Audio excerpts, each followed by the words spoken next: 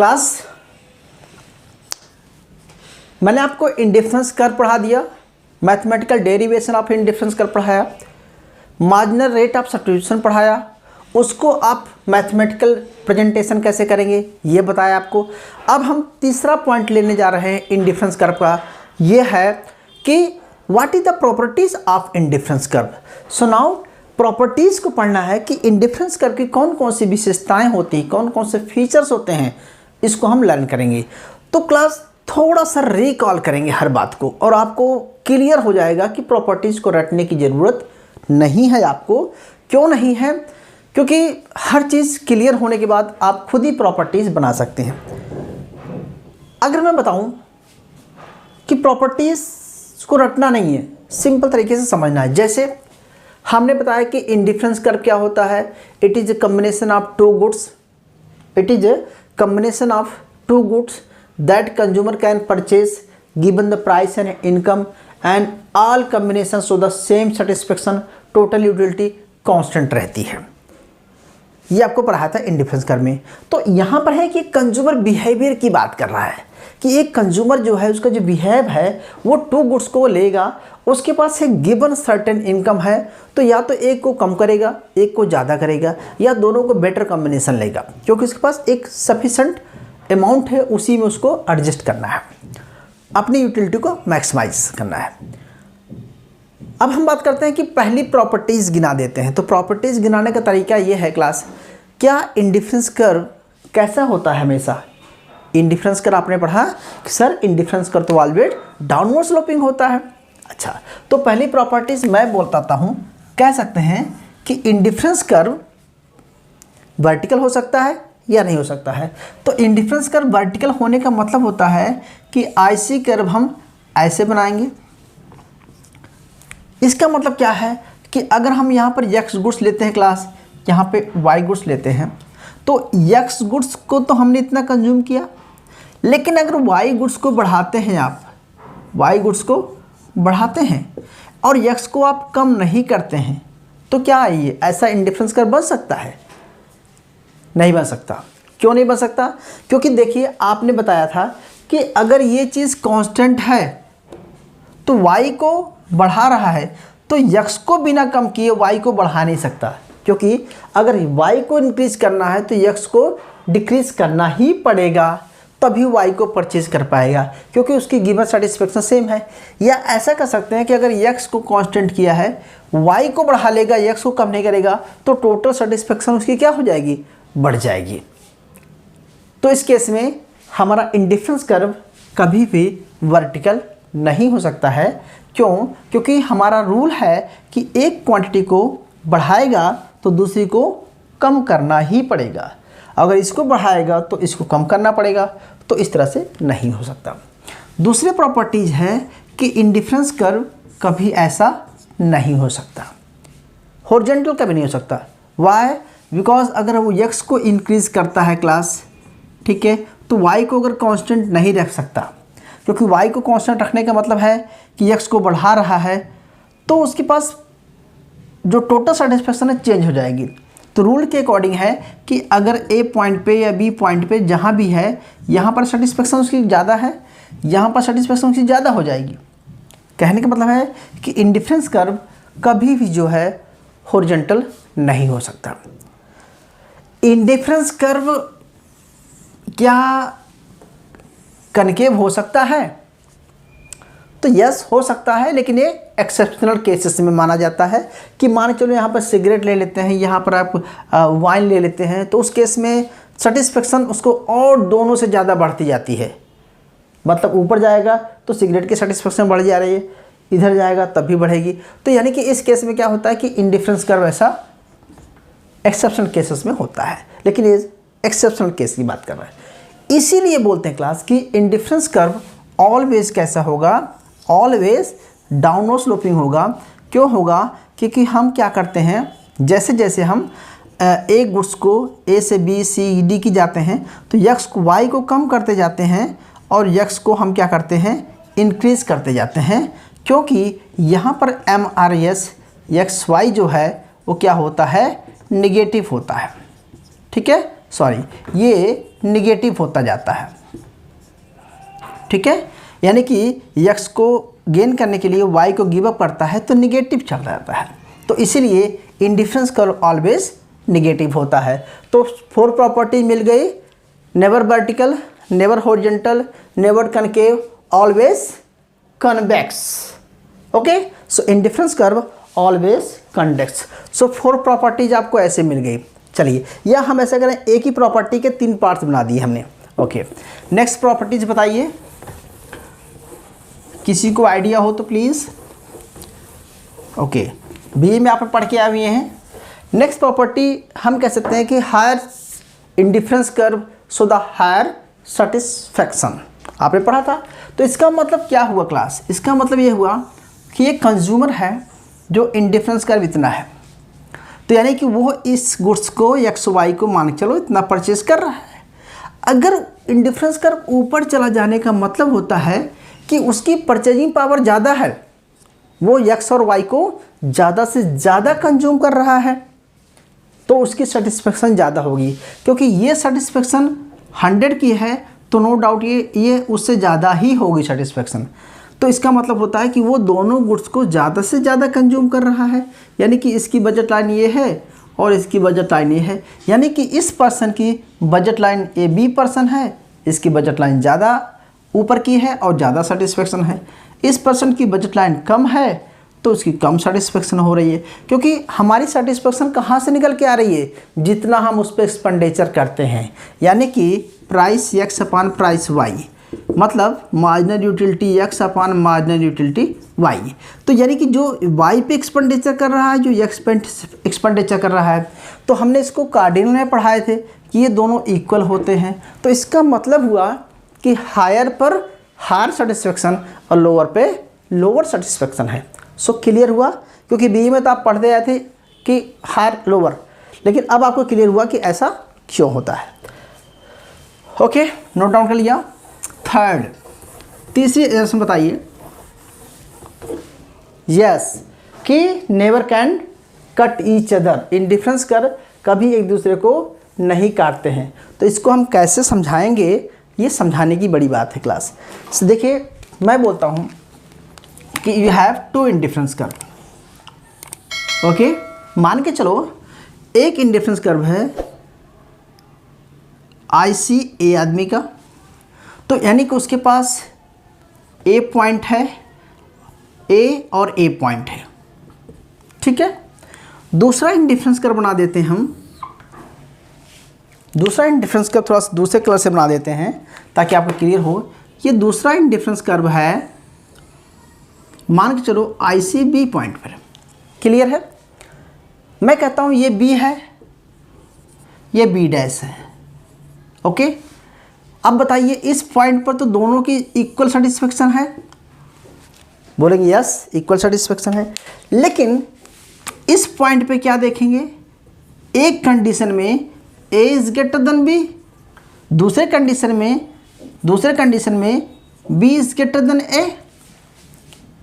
तो हमने एक रूल पढ़ा था कंसिस्टेंसी रूल कहता है कि if A is greater than B then B does not greater than A। अगर एक समय में आदमी A को हाईएस्ट सेटिस्फेक्शन दे रहा है तो B उसको हाईएस्ट सेटिस्फेक्शन नहीं दे सकता। तो इस रूल के अकॉर्डिंग इंडिफरेंस कर्व कभी भी आपस में कट नहीं करेंगे। कट नहीं करने का मतलब होगा कि आप देख लीजिए कि एक पॉइंट यहाँ पर मैक्सिमम है तो ये मैक्सिमाइजेशन है, तो ये और ये जब सेम सेटिस्फेक्शन दे रहे हैं, B and B dash is same satisfaction, so और A डैश सेम सेटिस्फेक्शन, तो हम कैसे कह दें कि A is greater than A dash? नहीं, जब A is not greater than A dash या B does not greater than B dash, so how we can say कि B is greater than A या A is greater than B? तो it is contradictory. So that's why we can say कि ये rules जो है follow नहीं होता है, कंसिस्टेंसी का रूल जो फॉलो नहीं होता है, क्योंकि कंसिस्टेंसी हमारी एक एजम्पशंस है। इंडिफरेंस कर्व की कंसिस्टेंसी होनी चाहिए, ट्रांसटिविटी होनी चाहिए। ट्रांसटिविटी आपको बताए थे कि क्लास की if A is greater than B then, ठीक है, B is greater than C then क्या होगा, A is greater than C, ठीक है। यानी कि अगर ए बी से बड़ा है या बी सी से बड़ा है तो नो डाउट कि सी जो है ए जो है सी से बड़ा होगा। तो ये ट्रांसटिविटी है और ये कंसिस्टेंसी है। तो कंसिस्टेंसी को फॉलो नहीं करता है, इसीलिए इंडिफरेंस कर्व कभी आपस में टच नहीं करते हैं। आई होप कि समझ में आ गया होगा। क्लियर हुआ क्लास? नेक्स्ट टॉपिक चलें। आई होप ओके, मिटा दिया, नोट कर लिए। तीसरा क्लास, इंडिफरेंस कर्व कभी भी आपस में क्या करते हैं, इंडिफरेंस कर्व कभी आपस में काटते नहीं हैं। तो एक कंडीशन और है कि इंडिफरेंस कर्व कभी भी एक्सेस को टच नहीं करेंगे। ओके, मैं मान चलो एक इंडिफरेंस कर्व आई सी ए बना दिया, दूसरा इंडिफरेंस कर्व आई सी बी बना दिया। इसका मतलब क्या है कि अगर ये इंडिफरेंस कर्व इस पॉइंट को टच कर लिया तो इसका मतलब है कि y को तो इतना परचेज कर रहा है, लेकिन x की वैल्यू, x को क्या कर दिया, 0। अगर इस मतलब है a पॉइंट मान के चलो ये b है, तो b पॉइंट पर सेटिस्फेक्शन है, तो इसका मतलब होता कि वो x को मैक्सिमम परचेज कर रहा है, y को बिल्कुल 0 कर रहा है। तो यानी कि इसका मतलब हुआ कि इस केस में आदमी सिर्फ एक ही गुड्स का प्रोड्यूस कर रहा है, एक ही गुड्स को कंज्यूम कर रहा है, दोनों गुड्स को कंज्यूम नहीं कर रहा है। तो इन पॉइंटों को बोलते हैं कॉर्नर सॉल्यूशन। कभी आपने पढ़ा होगा, इसको बोलते हैं कॉर्नर सॉल्यूशन। इसका मतलब समझाता हूँ क्लास। मान के चलो तुम्हारे पास 100 रुपये थी, हाँ, तुम्हारे पास 100 रुपये थी, ठीक है, और प्राइस x का रेट है 10 रुपीज़, प्राइस y का रेट है 10 रुपीज़। तो यानी कि आप मैक्सिमम क्वांटिटी x की कितनी परचेज कर सकते हैं, क्वांटिटी x बराबर होता है 100/px यानी कि 10। तो यानी कि आप कितना परचेज कर सकते हैं x की, मैक्सिमम 10। तो यानी कि मैक्सिमम 10x आप परचेज कर सकते हैं। और y की भी कितना परचेज कर सकते हैं, वो भी 100 है, तो यानी कि आप उसको भी 10 परचेज कर सकते हैं। तो 10y परचेज कर सकते हैं। अगर आप कंज्यूमर दोनों परचेज करेगा तो 10 टन नहीं परचेज कर सकता है। तो इस केस में है कि अगर सिर्फ वो एक ही गुड्स को परचेज करेगा तो यहाँ सेटिस्फाई हो जाएगा, तो सिर्फ जो होगा 10x लेगा, y की क्या करेगा, वो 0 कर देगा। और यानी कि ये बराबर m हो जाएगा। पढ़ा था आपने बजट लाइन में कि px into qx plus py into qy is equal to m। इसका मतलब होता है कि किसी एक को 0 कर देगा तो 100 पूरा एक्सपेंडिचर हो जाएगा। तो 0 करने का मतलब होता है कि यहाँ पर जो MRS का स्लोप है वो नेगेटिव नहीं होगा, इसी पॉइंट पर होगा। तो इस केस में इसे बोलते हैं corner solution MRXY does greater than PX/PY। इस केस में आपकी कंडीशंस ये बन जाएगी कि MRSXY is greater then PX/PY, because यहाँ पर कंज्यूमर सिर्फ एक गुड्स को परचेज कर रहा है। तो इसीलिए एक्सेप्शनल केसेस में हो सकता है, लेकिन ये इंडिफरेंस कर्व कभी एक्सेस को टच नहीं करेगा। टच का मतलब होता है एक दूसरी क्वांटिटी को 0 करना। इस क्लियर? ओके, चलिए आगे चलते हैं क्लास। आई होप कि क्लियर हुआ होगा। नेक्स्ट और प्रॉपर्टीज बताइए प्लीज़। हायर लोअर सब समझ में आ गए। 2 प्रॉपर्टीज क्लास और बताना चाहता हूँ आपको, बहुत ही इंपॉर्टेंट है प्रॉपर्टीज। अगर वो गुड्स कॉम्प्लिकेटेड है, गुड्स आर कॉम्प्लिकेटेड या गुड्स आर सब्स्टिट्यूट, तो अगर गुड्स सब्स्टिट्यूट है और भी परफेक्ट सब्स्टिट्यूट है तो इस केस में इंडिफरेंस कर्व क्या बनता है class, downward sloping straight line बनता है। पढ़ा होगा आपने ये, लेकिन यह एक्सेप्शनल केसेस है, ये कंडीशनल प्रॉपर्टीज कहलाती है। तो जो कंडीशनल प्रॉपर्टीज में की बात करेंगे तो 2 टाइप प्रॉपर्टीज होती है, इस और एक्सेप्शनल केस की बात करते हैं। इस केस में इंडिफरेंस कर्व जो है वर्टिकल हो जाता है, स्ट्रेट लाइन डाउनवर्ड स्लोपिंग होता है। इसका मतलब होता है इस तरह से IC बनेगा क्लास। क्यों बनेगा? वो कहता है कि अगर y इतना है, x इतना है, तो x की एक और क्वांटिटी इंक्रीज करने के लिए सेम क्वांटिटी को y को डिक्रीज करता है, और x की एक और क्वांटिटी इंक्रीज करने के लिए y की सेम क्वांटिटी को डिक्रीज करता है। तो ये कहना चाहता है कि ये जो रेशो है, ये सारा रेशो इक्वल है। ग्राफ थोड़ा सा इधर उधर बन गया है। ये कहना चाहता है कि आपका जो रेशो है वो A पॉइंट पे, B पॉइंट पे, C पॉइंट पे, D पॉइंट पे, सभी पॉइंट पे आप अगर MRS X Y delta Y upon delta X को निकालेंगे तो हमेशा 1 आएगा। तो अगर MRS हमेशा कांस्टेंट है तो इसका मतलब वो गुड्स कौन सी है? परफेक्ट सब्स्टिट्यूट है।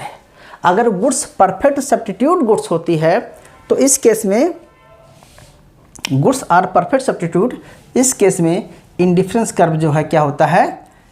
Indifference curve downward sloping but straight line होता है। क्लियर? ओके, दूसरा क्लास करते हैं बात। एक दूसरा गुड्स लेते हैं, कॉम्प्लिकेटेड कंपल्सरी गुड्स सुना होगा आपने या कॉम्प्लीमेंट्री गुड्स सुना होगा आपने कि अगर मैं बात चलूँ, कार है, पेट्रोल है, तो कार और पेट्रोल जो है दो हैं, क्या है? कॉम्प्लीमेंट्री गुड्स हैं। एक के बिना दूसरे के काम नहीं चलता है। तो कहने मतलब है कि मान के चलो, ठीक है, यहाँ पर 2 क्वांटिटी एक्स गुड्स मान चलो, कोई एक्स गुड्स है, एक्स वाई एक कॉम्प्लीमेंट्री गुड्स है। तो अगर 2x परचेज कर रहे हैं तो 2y भी आपको चाहिए क्योंकि एक के साथ एक का कॉम्बिनेशन रहेगा। ठीक है, यानी कि आपने अगर 4x कर लिया या आपने 6x कर लिया तो इसको आपने नहीं बढ़ाया, तो इस केस में क्या होगा कि ये लाइन बनेगी, इसकी मार्जिनल यूटिलिटी x की क्या हो जाएगी? 0 हो जाएगी, क्योंकि इसका यूज नहीं होगा। मान के चलो आपके पास एक पेयर है, जोड़ी जूता है, तो अगर उसके पेयर का एक जूता गायब हो जाता है तो दूसरे जूते की वैल्यू 0 हो जाती है। ऐसा कर सकते हैं। और अगर हम सिर्फ इसको इंक्रीज करते हैं, मान के चलो हमने 4y कर दिया, ठीक है, या हमने 6y कर दिया, तो हमने इसको इंक्रीज़ किया और इसको इंक्रीज़ किया इसको। अगर हमने इसको इंक्रीज़ नहीं किया x को, सिर्फ y को इंक्रीज़ करेंगे तो मार्जिनल यूटिलिटी क्या होगी? y की मार्जिनल यूटिलिटी y की क्या होगी क्लास? ये 0 हो जाएगी और इसकी x की भी 0 हो जाएगी। तो इसीलिए बोलते हैं कि जब भी आप इस कॉम्बिनेशन पे हैं तो जब भी आप 4y लेंगे तो 4k लेंगे तो आपका कॉम्बिनेशन यहाँ आ जाएगा। अगर 6 लेंगे तो आपका कॉम्बिनेशन यहाँ आ जाएगा। तो इसका मतलब हुआ कि पैरेलल चलेंगे, सेम क्वांटिटी में चलेंगे, इसलिए इंडिफरेंस कर्व इसमें क्या होता है? 90 डिग्री होता है। ठीक है, एल शेप बनेगा। सो एल शेप किस केस से बनेगा? जब गुड्स आर कॉम्प्लीमेंट्री गुड्स। और स्ट्रेट लाइन कब बनेगा? जब goods are perfect substitutes. So class ऐसे बहुत सारे प्रॉपर्टीज आपको पढ़ने को मिलेंगी। अगर गुड्स है वो कंपलसरी गुड्स है तो कैसे मिलेगा? उस केस में इंडिफरेंस कर्व वर्टिकल लाइन हो जाता है। ठीक है, उस केस में फिर अलग ही एक ग्राफ बनता है। अगर वो मेरिट गुड्स है या डीमेरिट गुड्स है या इन्वायरमेंटल गुड्स है, ऐसे आपको बहुत सारी प्रॉपर्टीज़ मिलेगी। तो मैं सारी प्रॉपर्टीज़ नहीं पढ़ा रहा हूँ, मैंने आपको मेनली जो प्रॉपर्टीज़ आप मैक्सिमम होती है, कभी अगर ये आता तो आप ऐसे प्रूव करना है, प्रूव करने के लिए बताएंगे आपको आगे मैथमेटिकल कैसे प्रूव करना है। तो 4 चीज़ें समझ लिया आपने। कभी डाउनवर्ड स्लोपिंग होता है, वर्टिकल नहीं होगा, हॉरिजॉन्टल नहीं होगा, हमेशा डाउनवर्ड स्लोपिंग होता है, कन्वेक्स होता है, कनकेव नहीं होता है। कनकेव होता है एक्सेस केस में। इसके बाद never cut each other, maximum satisfaction, higher so the higher satisfaction. फिर कभी भी वो एक्सेस को टच नहीं करेगा। ठीक है, फिर आपको बताया कि अगर एक्सप्रेशनल केसेस में आपको ये 2 बता दिया। तो ये 8-10 प्रॉपर्टीज़ बहुत ज़रूरी है और उम्मीद करता हूँ कि समझ में आ गया होगा। सो प्लीज़ नोट डाउन कर लीजिए, फिर हम आगे चलते हैं क्लास। ओके।